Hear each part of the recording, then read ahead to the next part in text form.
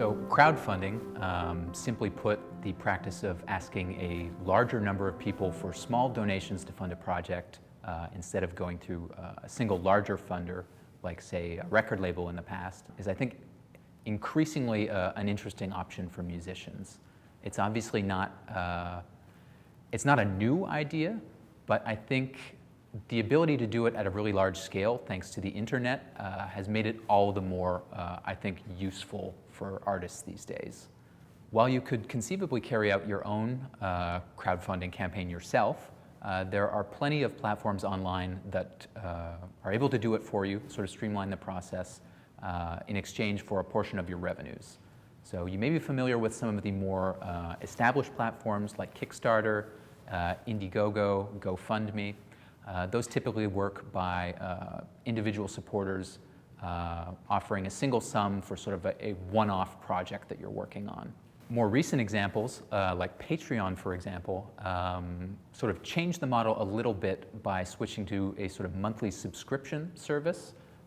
So your funders are funding you on a monthly basis, and it's sort of an easier way to support your work in general, as opposed to just sort of supporting individual projects that are one and done. Crowdfunding is obviously not just for artists, but I think it's become something that's really valuable and really noteworthy for musicians, so I think we're seeing it more and more these days. It's a great way to sort of pursue alternative methods of connecting with your fans, pursue sort of more independence in being able to fund your work.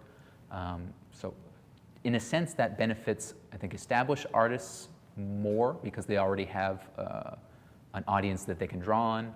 But I know for emerging artists as well, there's definitely still some benefit there, particularly for something like Patreon, which allows you to sort of organically grow a fan base over time.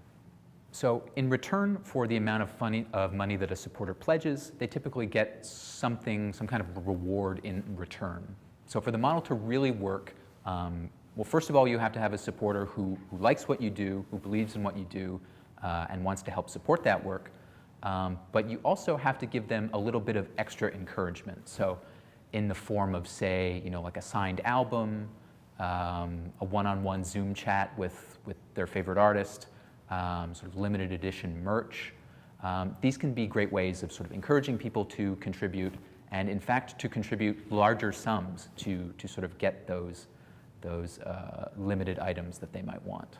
So as I was saying, I think the real value in crowdfunding comes from being able to draw on sort of an existing audience that can help support your work. I think that's why the biggest success stories tend to come from more established artists when it comes to independently funding a new album or a tour.